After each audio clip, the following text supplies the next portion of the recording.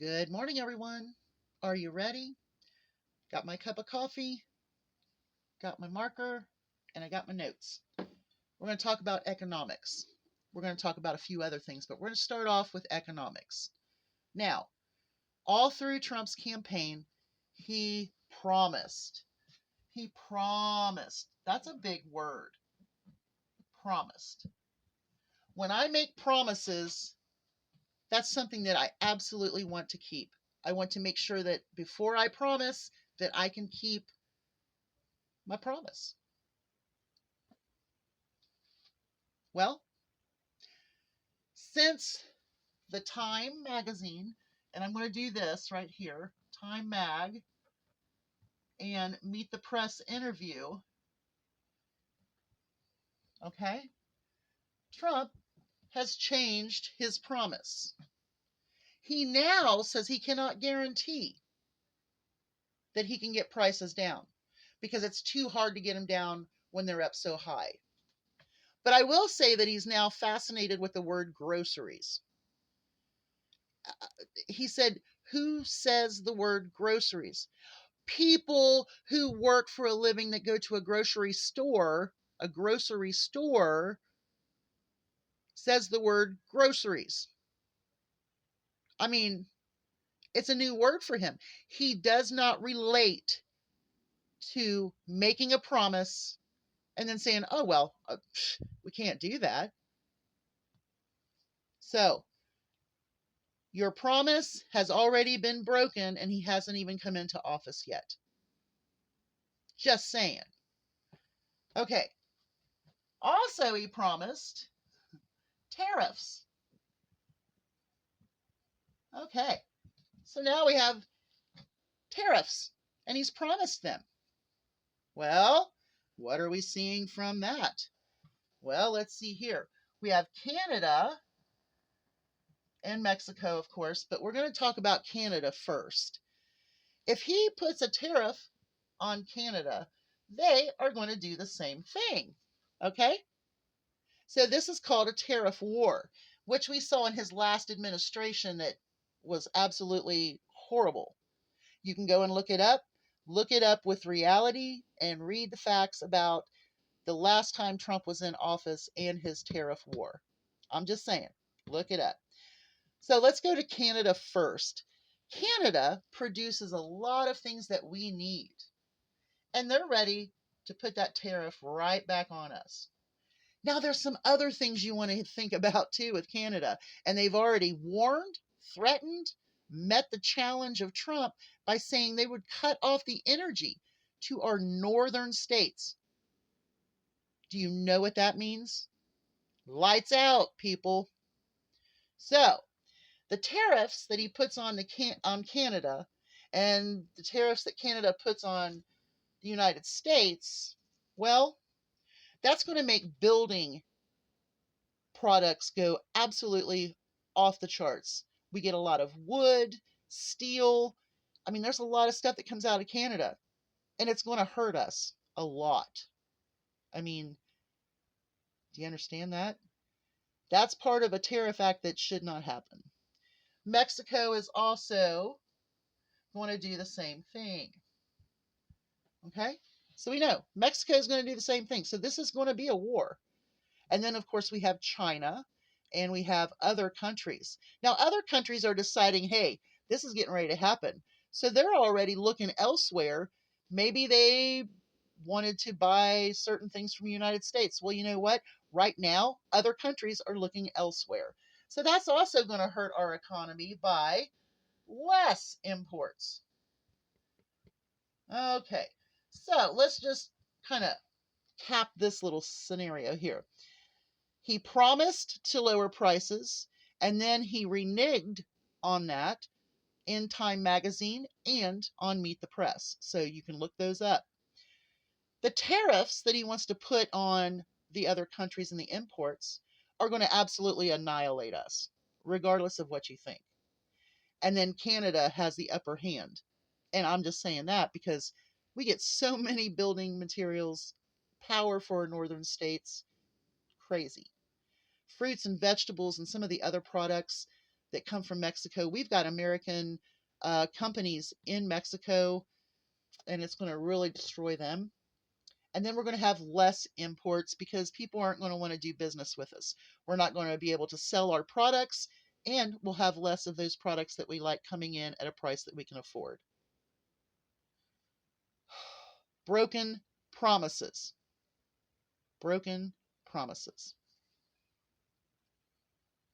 I want to mention the Inflation Act. Please go and read about the Inflation Act and what it has helped with in our country. A lot of people have been led to believe that it caps off the cost of a product. That is not at all what it is. The reality of the Inflation Act is to curb corporate greed, which was the cause of most of the inflation that we see. Most of the inflation was due to the fact that they could inflate prices without actually having an inflated cost to themselves.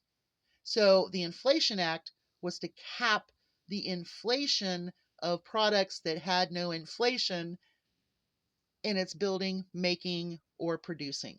So please go look up the Inflation Act and read exactly what it is. So much misinformation about this, and I really, really think you need to look it up. That's your homework. Look that up. Okay, so now I have the word mass deportation on the board. Let me get a sip of coffee for this one. Okay, mass deportation. This is another big topic, the border. That was another big voting um, draw, I guess. That was the one of them. Mass deportation. Well, what is that going to include? That is going to include labor issues. And you're like, what? How is that going to cause labor issues? Well, agriculture, construction.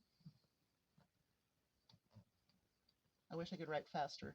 Construction, manufacturing,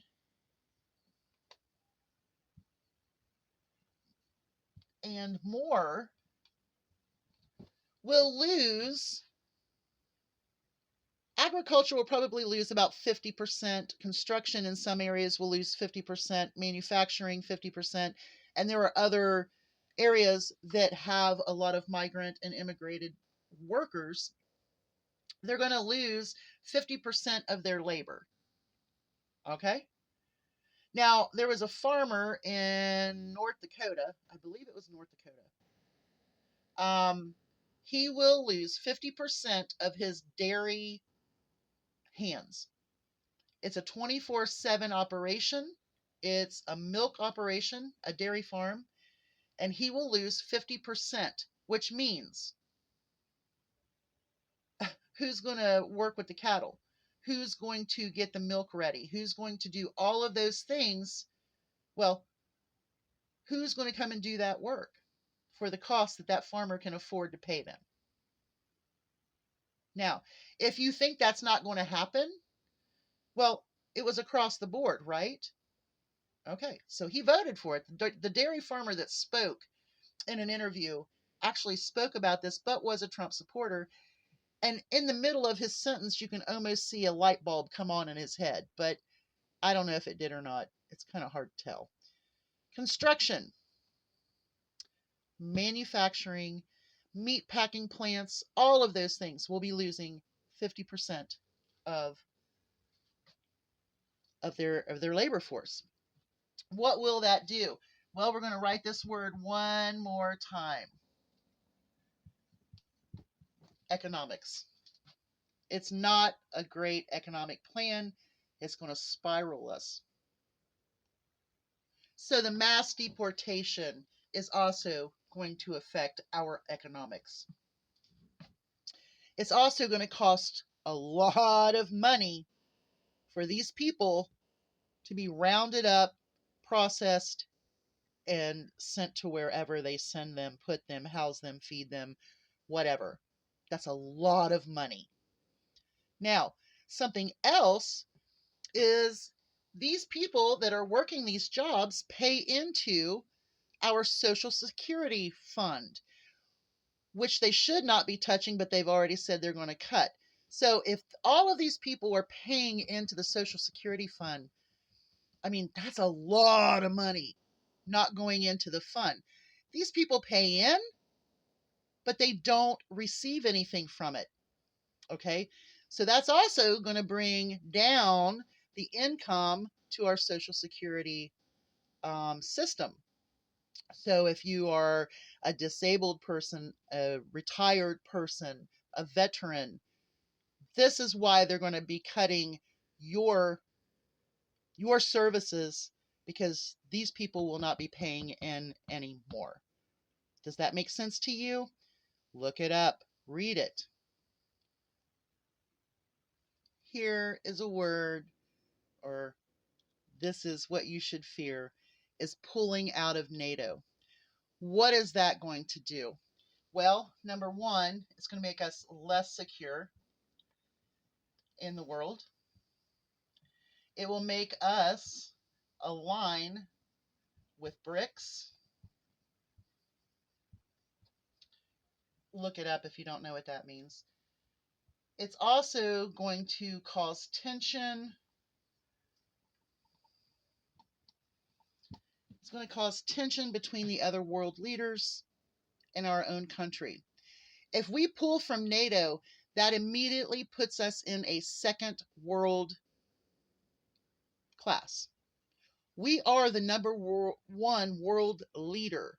Our economics right now is the envy of the world because we have come out of our inflation quicker and stronger and more robust than any other country post COVID. We'll talk about that here in just a minute. But if we pull from NATO, we're screwed. We already know that there is a strong connection between Donald Trump and all of the dictators, authoritarians of our world. We know that he loves them. He idolizes them. He has even told people that he wants his people to straighten up and show attention to him. Really? I'll show him some attention. I have a hand signal right now that I'd like to show him. But anyway, NATO. That's something that is very concerning, but you all voted for it because you think that we need to be isolationists. That's not good. That's not good for us. So, this here is serious. It's even more serious than the economic situation. I know that's hard for you to understand, some of you. Look it up, read it. Okay, so let's talk about this real quick. The grand old party, the Republican Party, is now the MAGA Party. There is no grand old party because it's just not there. But the grand old party and even MAGA still continue to say they are the party of law and order and of family values. Do you know how much of a joke that is? Do you know what a joke this is? Especially considering that Donald Trump is a criminal, a sexual assaulter, a fraudulent businessman, a businessman that bankrupted every single business he had, especially a casino. He is also the man who went to Congress to try to get Indians blood checked for their percentage of bloodline to be a casino owner in our country.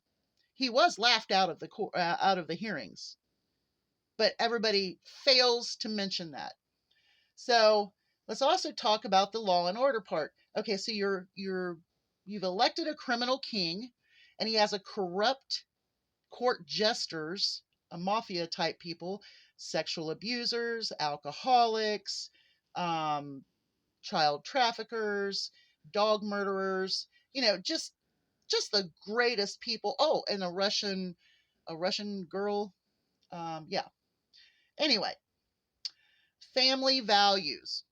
Where in the world does it show family values in your criminal king or any of his court jesters? Tell me. There is no grand old party. There is no Republican Party. It is now MAGA. Okay, so let's continue. Okay, so we're going to talk about this, the deep state. I didn't put my the. Let's put my the up there. The deep state. I've heard about that for a long time. And yes, at one point in time, there probably was what we consider a deep state, but everybody has flourished, everybody has done well. And, every time a Republican Party, well, every time a Republican Party goes into a really good situation, they always make it bad for the next Democrat Party. But anyway, let's talk about the deep state. You have now officially voted in a deep state. Please go look up the definition of deep state, because you have these billionaire rich people taking over our government who don't even know how to relate to groceries or taxes for some reasons, because they don't have to pay as much taxes as the working people. They have no idea of what your life is like. But you have now voted in what you feared. You have voted in a deep state. They do not care about you, only lining their pockets. And now they say, well, it's going to hurt a little bit. It shouldn't hurt a little bit. We were already there. We were getting better. The envy of the world. So now we have a deep state. We're going to align with BRICS. We're going to be one of Putin's little states, which is something else that I want to discuss, is Trump calling Canada the 51st state. Really? All right. Y'all have a great day. Hugs from a distance. Maybe we'll do a talking video later or something with the animals. I'd like to show the guinea pigs right now because they're really starting to come out of their shell. Y'all have a great day. Hugs from a distance. Gotta go.